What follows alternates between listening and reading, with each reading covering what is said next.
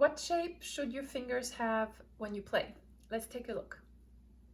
So you take your apple hand, you turn it around, you keep the shape, and then when you play, you keep that shape. You don't go like this. You don't want to slide. You don't want this to be weak. You're keeping this shape. Think pincers, right? All the way through. Why the pincer? Simple.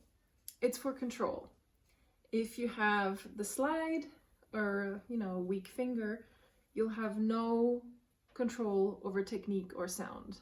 The pincer gives you the ability to develop your technique and to produce beautiful sound.